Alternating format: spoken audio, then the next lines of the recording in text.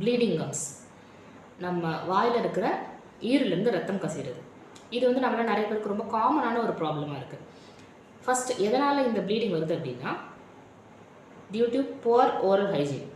நம்ம வந்து ப்ராப்பராக ப்ரஷ் பண்ணாததுனாலையும், இல்லை ரொம்ப அதிகமாக ரொம்ப விக்ரஸாக ரொம்ப நேரம் ப்ரஷ் பண்ணுறது, ரொம்ப ஹார்ஷாக ப்ரஷ் பண்ணுறது, நம்ம யூஸ் பண்ணுற ப்ரஷ்ஷோட பிரிசில்ஸை பொறுத்து இருக்குது.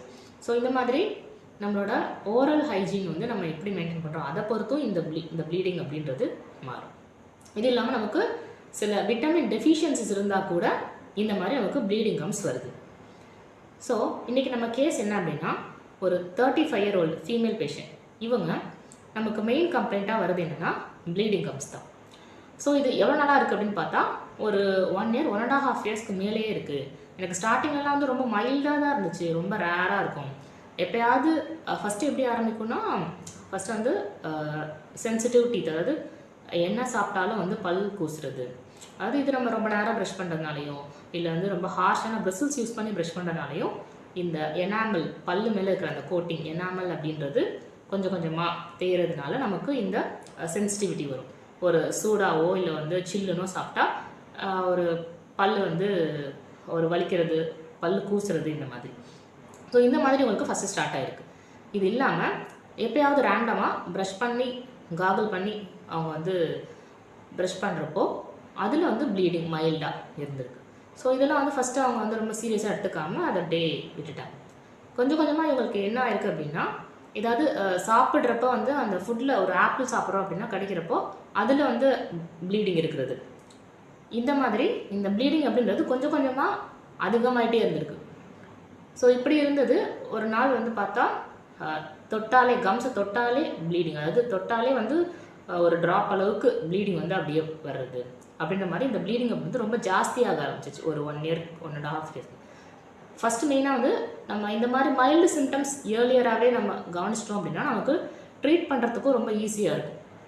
மெடிசனும் வந்து ரொம்ப ஃபாஸ்ட்டாக ஆக்ட் பண்ணும். ஸோ இதுதான் வந்து மெயினாக இந்த வீடியோவில் நான் சொல்ல நினைக்கிறது. இந்த மாதிரி பல்லு கூச ஆரம்பிக்குது, மைல்டாக ப்ளீடிங்லாம் ஆரம்பிக்குது அப்படின்னா நம்ம வந்து இம்மீடியட்டாகவே நோட்டீஸ் பண்ணி அது வந்து என்ன, எதனால் இந்த மாதிரி வருது அப்படின்னு பார்த்து நம்ம அதுக்கு ப்ராப்பரான மெடிசன், ஃபுட் இதெல்லாம் வந்து நம்ம எடுக்க ஸ்டார்ட் பண்ணுவோம்.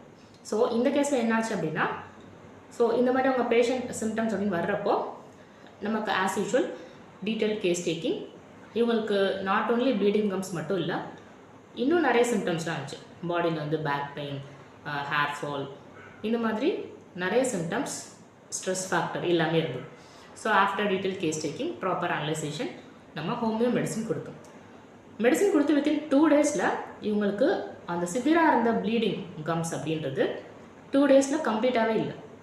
ஈவன் வந்து தொட்டாலே ப்ளீடிங் ஆகுது அப்படின்ற அளவுக்கு வீக்காக இருந்த அந்த கம்ஸ் அப்படின்றது ஒரு 2 daysலேயே அந்த ப்ளீடிங் வந்து கம்ப்ளீட்டாக ஸ்டாப் ஆச்சு. ஈவன் அந்த பேஷண்ட்டே கால் பண்ணி இந்த மாதிரி ஹோமியோ மெடிசனால் இந்த மாதிரி ப்ளீடிங்கை இவ்வளோ சீக்கிரமாக ஸ்டாப் பண்ண முடியுமா அப்படின்னு கால் பண்ணி கேட்டாங்க.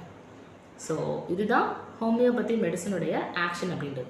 யூஸ்வலாக நம்ம நினைப்போம் இல்லையா, ஹோமியோ மெடிசன்னாலே வந்து ரொம்ப லேட் ஆகும், ரொம்ப நாள் எடுக்கணும், இது வந்து நாள்பட்ட நோய் தான் வந்து சரி பண்ணும் அப்படின்ற மாதிரி. ஆக்சுவலாக அதுக்கு கிடையாது. இந்த மாதிரி ஒரு அக்யூட் கேசஸ், ஒரு ப்ளீடிங், முக்கியமாக வந்து ஏதாவது இப்போது அடிப்பட்ட ரத்தம் வரதை அந்த இம்மீடியட்டாக அந்த ப்ளீடிங்கை ஸ்டாப் பண்ண வைக்க முடியும். சிவியரான பெயினை வந்து நம்ம குறைக்க வைக்க முடியும். இப்போ ஒரு வயிறு வலி இல்லை வந்து ஃபீவர் அப்படின்னா அந்த ஃபீவரோட அளவை குறைக்க வைக்க முடியும். ஸோ இந்த மாதிரி ஹோமியோ மெடிசன் அப்படின்றது ரொம்ப ஃபாஸ்ட் ஆக்டிங்காகவும் இருக்குது நிறைய டிசீஸு. ஸோ இதுதான் இந்த வீடியோவில் சொல்ல நினச்ச விஷயம். ஸோ இது மட்டும் இல்லாமல் அந்த பேஷண்ட்டை அதுக்கப்புறம் ஃபர்தராக டென்டிஸ்ட் கிட்ட நீங்கள் ஒரு தடவை கன்சல்ட் பண்ணிக்கோங்க ஃபார் த ப்ராப்பர் ஓரல் செக்கப்புக்கு அப்படின்ற மாதிரியும் நம்ம வந்து ரெஃபர் பண்ணியாச்சு. ஸோ மெயினாக வந்து ஏதாவது ஸ்கேலிங் அந்த மாதிரி பல் சுத்தம் பண்ணால் கூட இவங்களுக்கு இந்த மாதிரி ரெக்கரன்ஸ் அப்படின்றது மறுபடியும் வராமல் நம்மளால் ப்ரிவென்ட் பண்ண முடியும். அழுக்கு அதிகமாக தேங்கிடுது, அதில் இன்ஃபெக்ட் ஆகி ப்ளீடிங் கம்ஸ் வரவும் ஒரு வாய்ப்பு. ஸோ அதுக்காக நம்ம அந்த பேஷண்ட்டை ஃபர்தர் ஒரு செக்கப்புக்கு டென்டிஸ்ட்டை கன்சல்ட் பண்ணி சொல்லியும் அனுப்பியாச்சு அந்த பேஷண்ட். ஸோ இதுதான் இன்றைக்கி சொல்ல நினச்ச இந்த வீடியோ. தேங்க்யூ.